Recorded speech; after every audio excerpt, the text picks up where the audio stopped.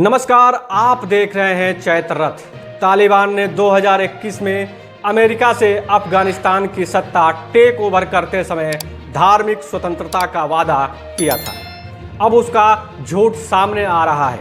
अफगानिस्तान में अमेरिका और उसके साथियों को पीट कर भगाने का दावा करने वाला तालिबान अब फिर पुराने रंग दिखाने लगा है। तालिबान ने एक बार फिर अफगानिस्तान से हिंदू और सिख जैसे अल्पसंख्यक समुदायों पर शिकंजा कसना शुरू कर दिया है। हिंदुओं और सिखों के लिए फरमान जारी किया गया है कि वे अपने दिवाली, लोहड़ी जैसे त्योहारों का जश्न नहीं मनाएंगे। त्योहार मनाना भी है तो अपने घर के अंदर रहकर ही मनाएंगे। अल्पसंख्यक महिलाओं के लिए भी मुस्लिम महिलाओं की तरह सिर से पैर तक पूरा ढक के रखने वाला बुर्का पहनना अनिवार्य कर दिया गया है।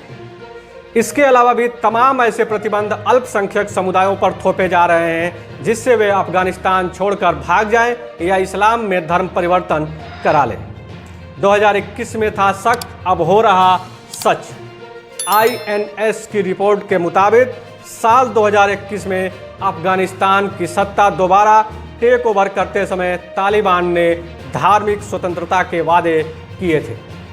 इसके बावजूद उसी समय कुछ रिपोर्ट्स में अफगानिस्तान से गैर मुस्लिम अल्पसंख्यकों के गायब होने की आशंका जताई गई थी। अब ये आशंकाएं सही होती साबित हो रही हैं। INS के ने RFE-RL की रिपोर्ट के हवाले से कहा है कि तालिबान का काबुल पर कब्जा होते ही अफगानिस्तान से आखिरी यहूदी परिवार भी दूसरे देश में भाग गया था। हिंदू और सिख परिवारों ने भी बड़े पैमाने पर अफगानिस्तान से पलायन किया था, जो बेहद चर्चा का सबब भी बना था। तालिबान ने भारत के साथ कूटनीतिक रिश्ते कायम करने के लिए हिंदुओं और सिखों के देश छोड़ने पर ऐतराज जताया था और उनकी सुरक्षा का वादा किया था। अब सामने आई रिपोर्ट में कहा गया है कि ये वादे पूरी तरह से खोखले साबित हुए हैं। हिंदुओं और सिखों पर लगाए गए हैं गंभीर प्रतिबंध।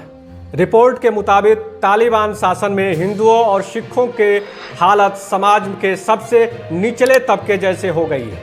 उनके सार्वजनिक रूप से अपनी धार्मिक परंपराओं के प्रदर्शन करने, त्योहार मनाने तक पर रोक लगा दी गई है। ऐसे में हिंदू और सिख लगातार अफगानिस्तान छोड़ने की कोशिश कर रहे हैं। हालांकि तालिबान इंटरनेशनल लेवल पर भी अपनी थू-थू होने से बचाने के लिए इन्हें अफगानिस्तान छोड़कर नहीं जाने दे रहा है। ऐसे में हिंदुओं और सिखों को चोरी छिपे ही वहां से भागना पड़ रहा है। परिवार के पलायन के बाद भी रुकी सिख महिला भी छोड़ेगी अफगानिस्तान। फरीक कौर उन आखिरी सिखों में से एक हैं जो काबुल में बचे हुए हैं। फरीक कौर के पिता साल 2018 में जलालाबाद शहर से सिखों और हिंदुओं को निशाना बनाने वाले आत्मघाती हमले में मारे गए थे। इस हमले के बाद 1500 सिखों ने अफगानिस्तान से पलायन किया था, जिनमें फरी और उनकी मां और बहनें भी थी। फरी परिवार के साथ न जाकर काबुल आ गई थी। काबुल में भी मार्च 2020 में ISIK ने सिख गुरुद्वारे पर हमला किया था, जिसमें 25 लोग मारे गए थे। इसके बावजूद फरी ने अफगानिस्तान नहीं छोड़ा था, लेकिन अब वे अफगानिस्तान छोड़ना चाहती हैं। फरी ने कहा, मेरे सिख दिखने पर रोक है। फरी ने कहा, मैं सिख के तौर पर ना पहचानी जाऊं। तालिबान इसकी पूरी कोशिश करता है। हिंदू और सिख महिलाओं को बाहर निकलने पर मुस्लिम महिलाओं की तरह बुर्का पहनने का आदेश है। मैं कहीं भी आज़ादी से नहीं जा सकती। धार्मिक स्वतंत्रता की कमी के कारण मेरे पास विदेश में शरण लेने के अलावा कोई भी विकल्प नहीं बचा है। उन्होंने कहा कि तालिबान के सत्ता में आने के बाद से हमने अपने त्योहार नहीं मनाए हैं। अफगानिस्तान में हमारे समुदाय के बहुत कम सदस्य बचे हैं। हम अपने गुरुद्वारों की देखभाल भी नहीं कर सकते हैं। कैसे हैं हालात? अफगानिस्तान में 1980 के दशक के रूस से हमला करने से पहले बेहद धार्मिक स्वतंत्रता थी। तब वहां करीब 1 लाख हिंदू और सिख थे।